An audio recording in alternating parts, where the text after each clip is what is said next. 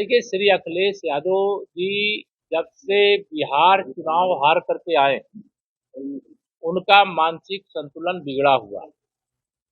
वह लगातार यह मान करके चल रहे थे कि 2024 के लोकसभा चुनाव में जो एक्सीडेंटल रूप से उनको कुछ सीटें भारतीय जनता पार्टी से ज्यादा मिल गई थी, उनको लगने लगा था कि वह उत्तर प्रदेश की सत्ता पर फिर से कब्जा कर लेंगे। मुंगेरी लाल के हसीन सपने देख रहे थे।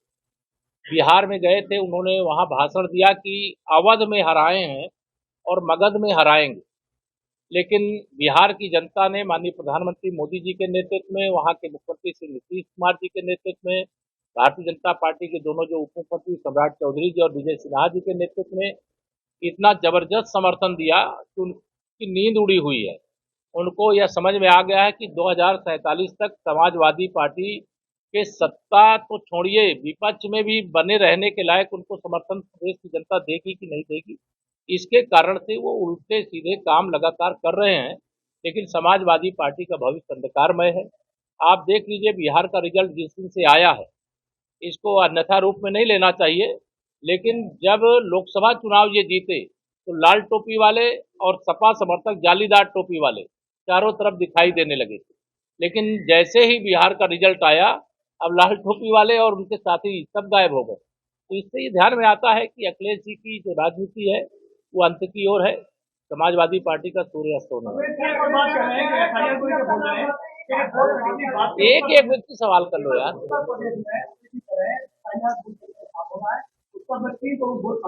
देखिए, श्री अखिलेश यादव जी की अब ये बचकानी बातों को मैं उनका क्या जवाब दूं। यद्यपि यह सवाल उनको चुनाव आयोग से करना चाहिए।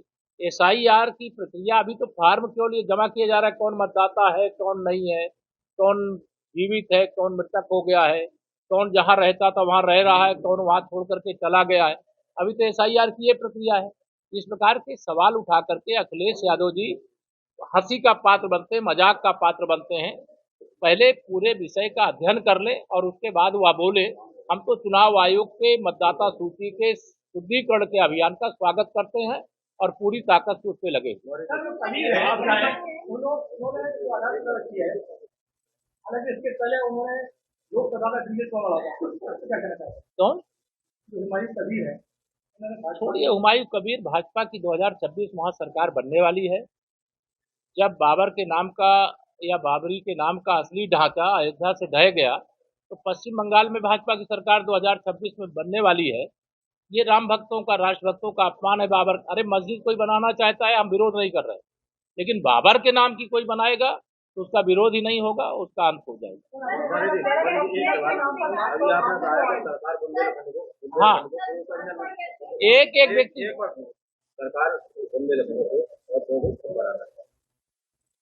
लेकिन क्या स्तर से हमारे सांसद ने मतलब उठाया तो मैं भी मतलब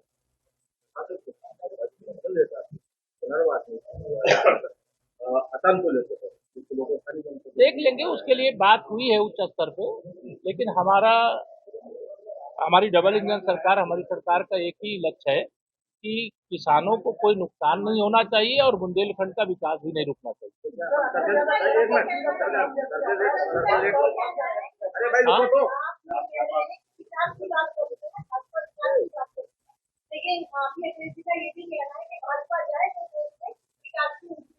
अखिलेश जी, मैंने कहा उनका मानसिक संतुलन बिगड़ा हुआ, तो इसमें उल्टा सीधा बोलेंगे।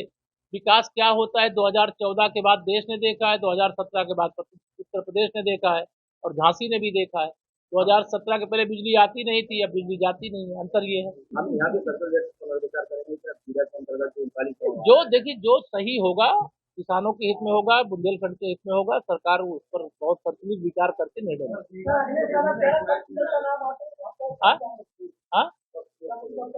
गैप सिरप के जो दोषी होंगे बक्से नहीं जा रहे, सब पकड़े जा रहे हैं और पकड़े जाएंगे।